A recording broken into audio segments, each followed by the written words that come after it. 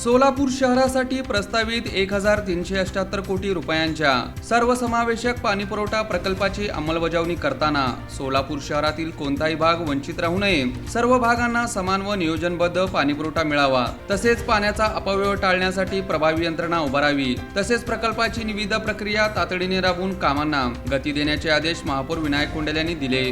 महाराष्ट्र शहरी पाणीपुरवठा स्वच्छता आणि पुनर्वापर कार्यक्रमाच्या अनुषंगाने सोलापूर शहरासाठी प्रस्तावित 1378 कोटी रुपयांच्या सर्वसमावेशक पाणीपुरवठा योजनेच्या अंमलबजावणी संदर्भात महापालिकेत महापौरांच्या अध्यक्षतेखाली विभागनिहाय आढावा बैठक पार पडल्या। शुक्रवारी झोन क्रमांक 1 आणि 2 ची बैठक झाली। या बैठकांमध्ये उपस्थित नगरसेवकांनी आपल्या सूचना मांडल्या।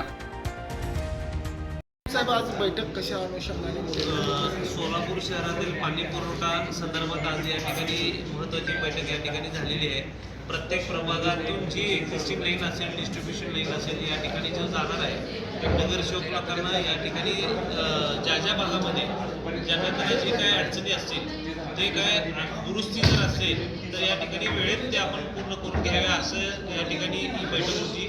आणि निश्चित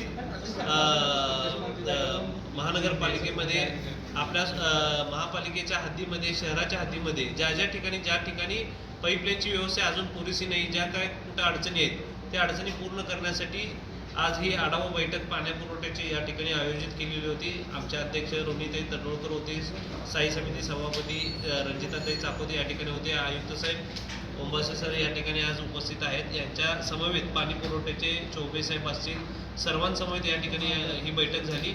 आणि जे काही आमच्या नगरसेवक लोकांना 4 असेल, 5 असेल, 7 असेल, प्रभाग क्रमांक झोन क्रमांक 1 चे जे काही नगरसेवक सगळे असतील, त्यांच्या समवेत ज्या ठिकाणी अडचणी ते सॉल्व्ह करण्यासाठी ही बैठक घेण्यात आलेली आहे। आणि कुठं डिस्ट्रीब्युशन लाईन येणार आहेत, कुठं टाक्या येणार आहेत, हे त्यांना अशी माहिती देण्यात आलेली आहे।